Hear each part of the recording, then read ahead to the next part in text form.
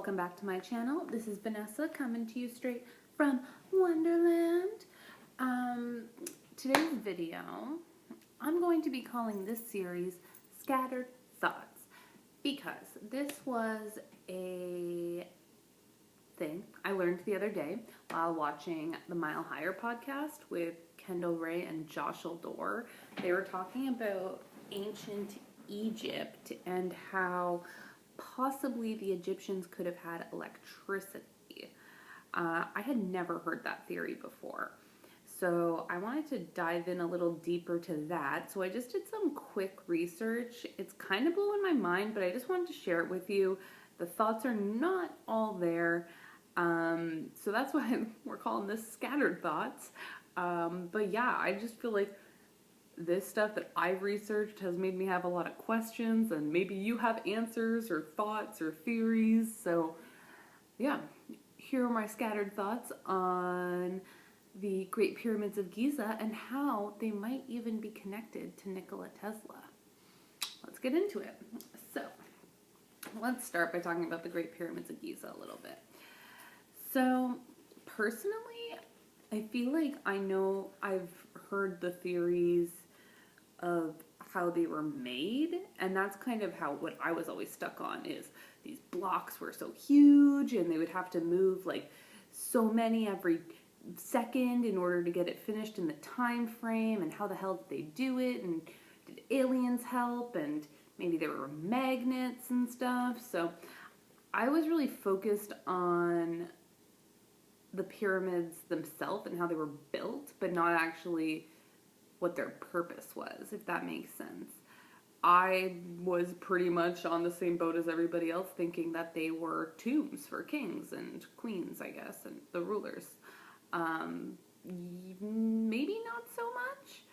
I was looking into, so there's multiple pyramids in Egypt, and there have been tombs found in these pyramids.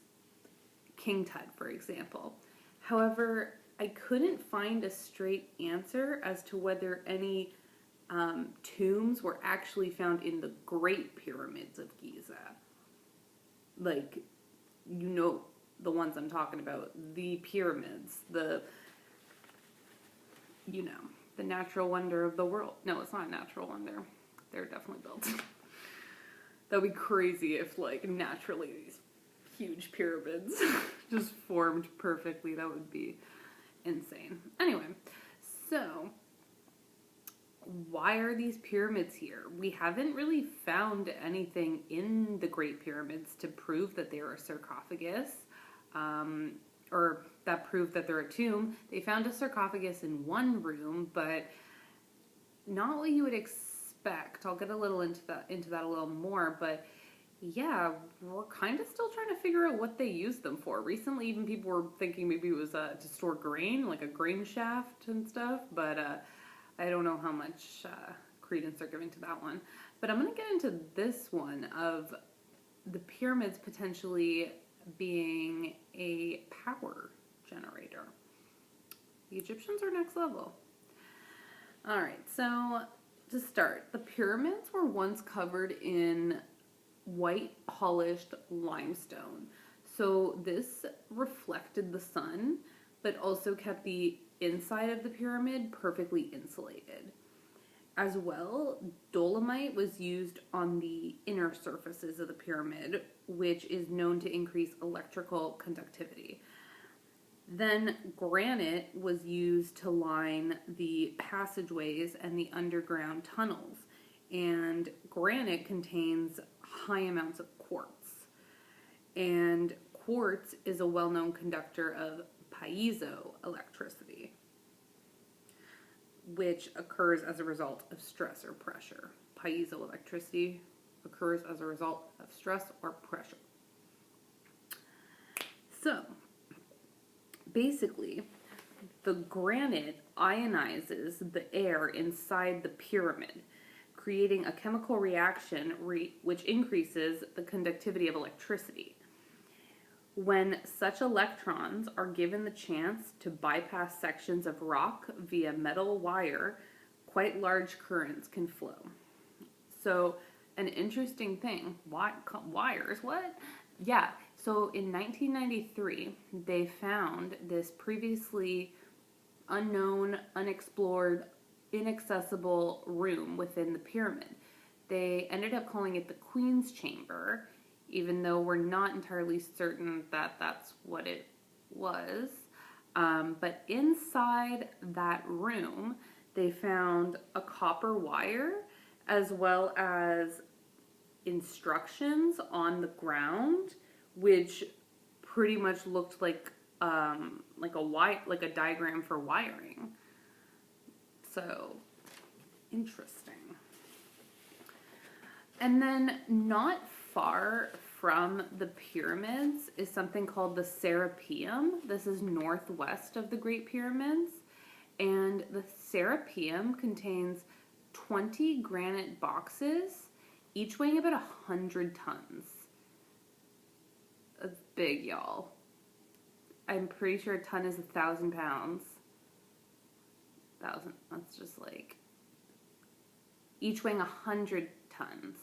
A ton is 1,000 pounds, I'm pretty sure. That is so much. I can't do that math. 100 times 10,000. Let's do it.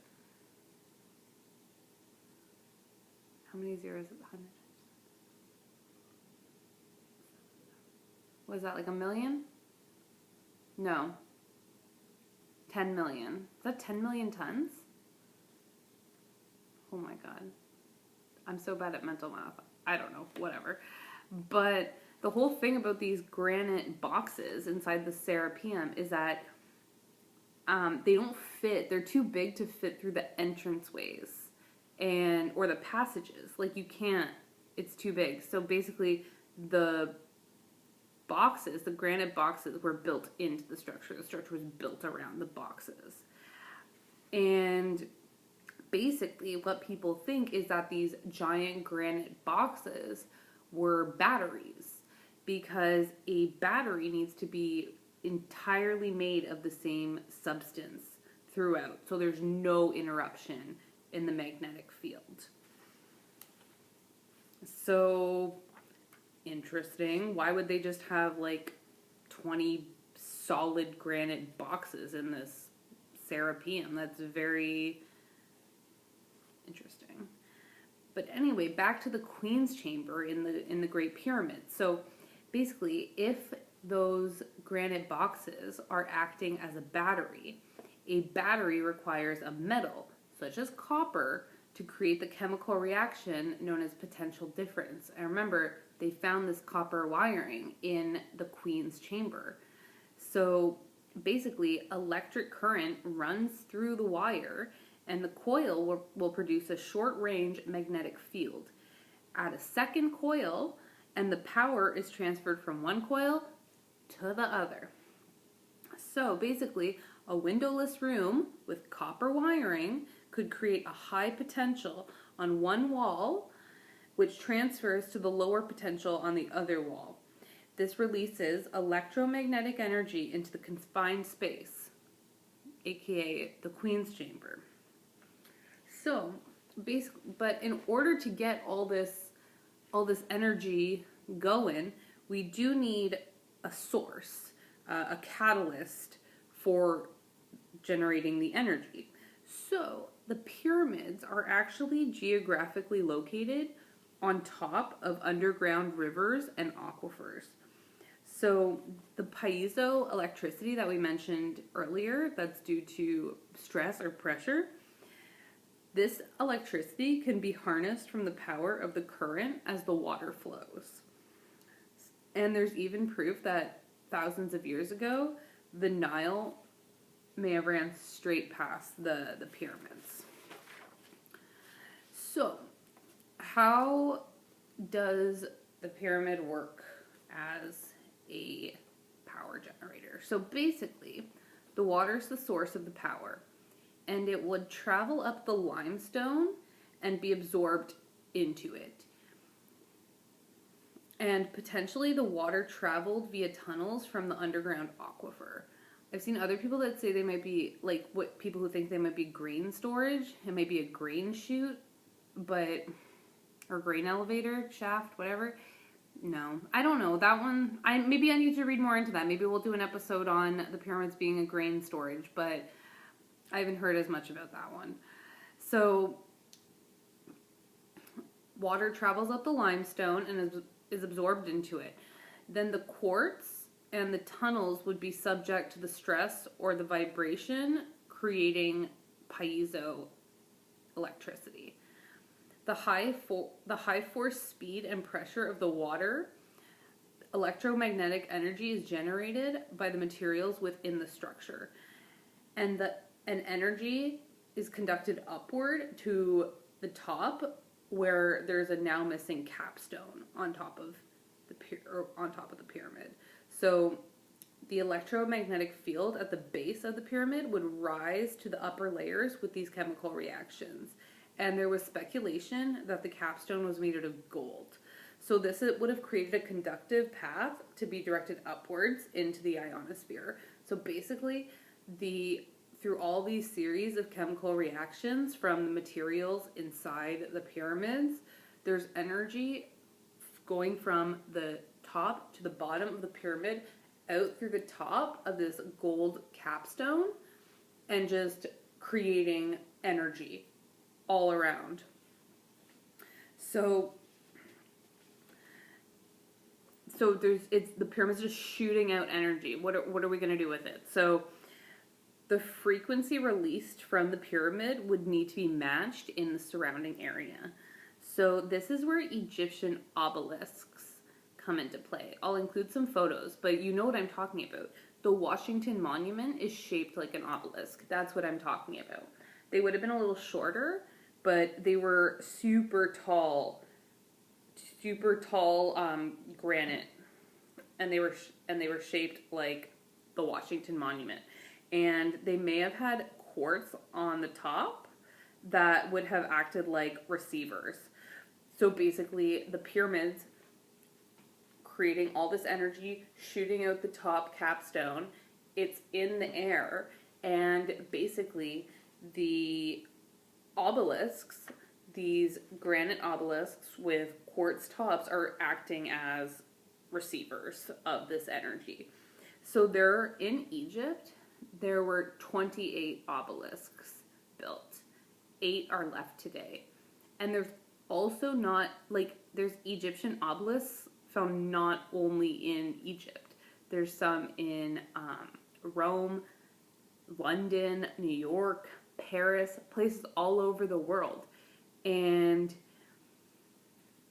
Egyptian obelisks were in locations all over the world. How did they get there? Did someone go and get them? Did the Egyptians bring them there?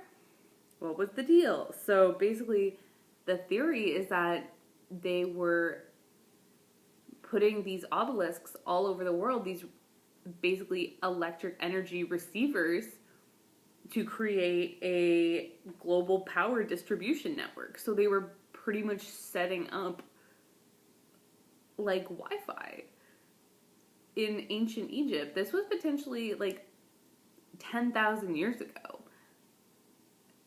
When did Wi-Fi even become a thing? When, the past 20 years? Maybe we already had it. Who knows?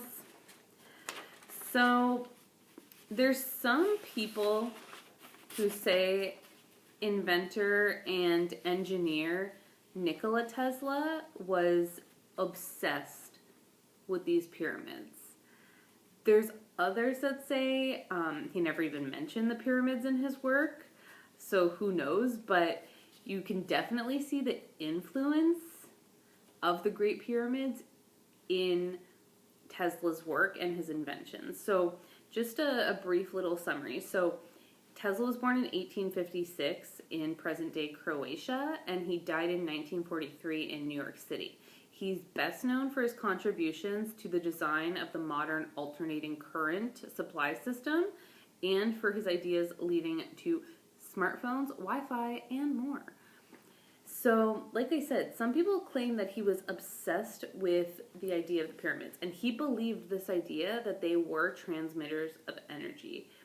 So, in 1903, he built the Warden Cliff Tower. aka his Tesla Tower. I believe he built this in Colorado Springs, and this was on the east coast of the United States. And this location was essential because he believed that not only the shape of the Great Pyramids were essential for creating the this electricity, but also the location where they're actually situated is important. So he chose Colorado Springs on the east coast, United States, to build his Tesla Tower for a specific reason, and it was to take advantage of the Earth's energy fields. He chose according to the laws of where the pyramids were built, so related to the relationship between the elliptical orbit of the planet and the equator. And this design, Tesla's Tower, I'm going to include a picture, this design was intended for wireless transmission of energy. So then in 1905, he patented the art of transmitting electrical energy through the natural medium. And this was a series of designs for generators that would tap into the ionosphere for energy. So basically, all around us, all the time, is energy that we can tap into to use. It's an unlimited, renewable energy resource. It's always going to be there. And he saw Earth with its two poles as a giant electrical generator, basically, like I said, with unlimited energy. And one of his designs was a triangle-shaped design, and that became known as Tesla's electromagnetic pyramid. So, sounds like they had some similar ideas in mind. So, the connection really, so some claim that the pyramids may have pretty much been the original Tesla Tower. Tesla had claimed that at 30,000 feet altitude, there's a stratum of rarefied air that would conduct electric currents at high voltages. He created the Tesla Tower, and this would transmit millions of volts into the atmosphere. Then something like a rod in the ground would receive the energy and reduce the voltage to a potential that could be used by consumers. So,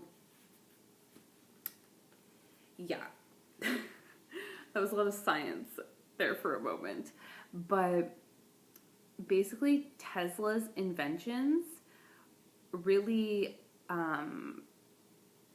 you can really compare them to what potentially the ancient Egyptians were doing if they were creating these structures, such as the obelisks, such as the pyramids, the granite boxes in the Serapeum, basically tapping into natural energy sources to basically transmit them and then have them received all over. So this is what the Egyptians were doing 10,000 years ago, and then this is what Tesla was trying to do. He died in 1943, so less than 100 years ago. And why don't we learn about this theory of the pyramids in school or, on TV? This seems a little more solid than the Great Pyramids of Giza were tombs, and we never have actually found solid proof of tombs within the Great Pyramids. I read a granite box found inside, I believe it was the King's Chamber. Correct me if I'm wrong, but it wasn't I'm sure you've seen images of a sarcophagus, of an ancient Egyptian sarcophagus. They're beautiful, they're ornate, they're covered in gold and different intricate patterns, and there's possessions with them and hieroglyphs on the walls. This was basically, it looks like a sketchy unrenovated basement with a granite box in it. So I don't really think that was a sarcophagus. It's probably a similar idea to the granite boxes that were in the Serapeum. It was a battery, basically. And how come we don't learn about Nikola Tesla in school? Or like, we don't, like, when did our interest in Tesla spark? When Elon Musk named his company after him? Cool. But like, Tesla was basically trying to create a unlimited renewable energy source for us that everybody would be able to tap into and use because it's all around us all the time. And I'm going to probably do another video on what happened to Tesla and his work. But I feel like most of us identify, like, I guess kind of the advances in modern electricity to Edison. And Tesla at one time actually did work for Edison, but it's some shit, guys. But we don't learn about this theory of the pyramids as potentially electricity generators, that these ancient Egyptians were super advanced and had this technology. We don't learn about Tesla and how he literally wanted to create unlimited renewable energy for the everyday consumer to use. Why not? Because, dudes, literally we still use so many fossil fuels, and that shit is big money. Think about like, just to make a good, like something you would sell in a store. So you have to get the materials. You have to like mine the raw materials out of the ground, out of the earth. So that takes energy, that takes fuel. You have to then ship those materials. That takes energy, that takes fuel. You have to process the materials, energy, fuel, ship, energy, fuel, manufacture, energy, fuel, ship out to sell, energy, fuel. Like, think about how much money is being made along the way in just that process to then sell goods and make more money. Like, that whole process, all that fuel that's being used, that is money. And think about if that process pretty much didn't cost anything. It would be a very different world. We would not probably have these people controlling these huge industries such as fossil fuel industries, like having so much control over us and our lives, and like we would be able to do our own thing. Think about all the potential. Dudes, this is fucked up. But yeah, this was just some scattered thoughts. I don't know what this means. I don't know. I'm really compelled by this. I think it makes sense, right? I don't know. I want to hear your theories. I want to know what you guys think the pyramids were used for. Am I crazy? Like, were they a tomb? Like, drop me some sources, some links. I'm open. But I didn't really know that. I couldn't get a straight answer when I was trying to look for whether tombs were found in the Great Pyramids. I could not get an answer, like a straight answer, a yes or a no. It was weird, and I never really thought twice about that. So now I feel like late to the party. But yeah, this was yeah. I just wanted to look into that because that was something that really piqued my interest. I'm sorry if this video was all over the place, but yeah, this is just some scattered thoughts on the pyramids potentially being used to generate electricity and how they might relate to Nikola Tesla. That's cool. It's crazy. I don't know. It's not a straight, coherent thought, but take what you will with it. I hope you liked this video. Thank you so much for watching. Thank you for watching my other videos. If you haven't watched those other videos, you can find them on my channel. I'll also include the links for some of them on the outro of the video. So yeah, I really hope you guys enjoyed. Thank you so much for watching. Again, my name is Vanessa, coming to you straight from Wonderland. So yeah, I just hope everybody stay safe, take care, have a good night, day, afternoon, evening, wherever you are. And yeah, I love you, lovelies.